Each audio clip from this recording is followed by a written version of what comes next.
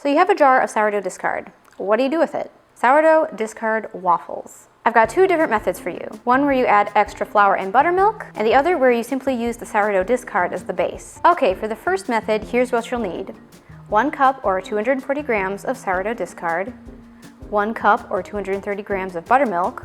Quick tip, you can mix together 3/4 cup of yogurt and 1/4 cup of whole milk to make a buttermilk substitute. 1 cup or 120 grams of all-purpose flour, 2 tablespoons of sugar, maple syrup, honey, or sweetener of choice, 6 tablespoons of salted butter, melted, 1 large egg, 1 teaspoon of pure vanilla extract, 1/2 teaspoon of unrefined sea salt, and 1 teaspoon of baking soda. Now let me define sourdough discard for a second. It's basically sourdough starter that's been fed and allowed to sit and ferment. Usually when people are talking about discard, they're talking about a sourdough starter that's gone a little bit too long, has deflated and lost its air bubbles, and isn't good for raising bread. But you can still make these waffles with a starter that's at peak fermentation. You just don't want to use starter that's just been fed. Okay, mix the sourdough discard, buttermilk, flour, and sweetener together in a large mixing bowl.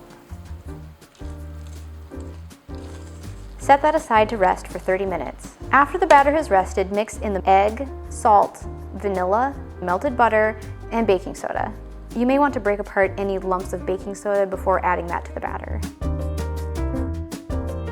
Now if you'd like the waffles to be lighter and crispier, then you can beat the egg whites separately from the egg yolk and then fold that into the batter. This isn't necessary, but if you're feeling fancy, then you can do this extra step. Now cook according to your waffle iron's instructions. I use a cast iron waffle iron, so I have to preheat it for about 10 minutes before I cook these waffles. By the way, you can keep these warm in a 200° Fahrenheit or 93° Celsius oven. Place an oven-safe wire rack on a baking sheet and place the waffles on top of that to keep them crispy. By the way, if you stack the waffles on here, then they'll lose their crispiness.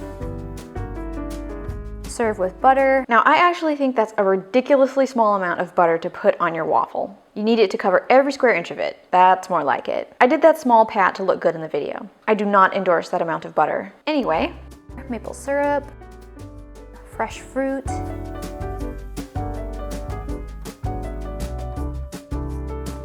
fruit syrup, lemon curd,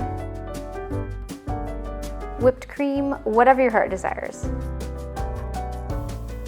You can also mix up the batter for these and refrigerate it for up to 3 days. The gluten will start to break down and the waffles will be more crumbly, but they'll still be delicious. Okay, that was the first method. Now let me show you another method where you don't add any extra flour. For these you'll need 2.5 cups or 600 grams of sourdough discard, 2 tablespoons of sugar, maple syrup, honey, or sweetener of choice, 6 tablespoons of butter, melted, 2 large eggs, 1 teaspoon of pure vanilla extract, 1/2 teaspoon of unrefined sea salt, and 1 teaspoon of baking soda. Whisk all of the ingredients together in a large mixing bowl.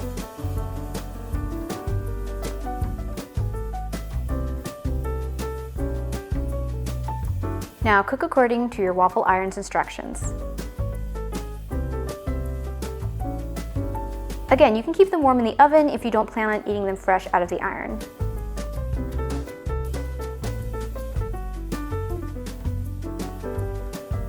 Another great way to serve these is with peanut butter and bananas. These may sacrifice a tiny bit in the texture department over the first method, but they're still really good. Plus, they're super easy and they use up quite a bit of sourdough starter. Now, if you have even more sourdough starter that you need to use up, then make sure to check out my sourdough banana bread recipe. It's a no-weight sourdough recipe and it's absolutely scrumptious.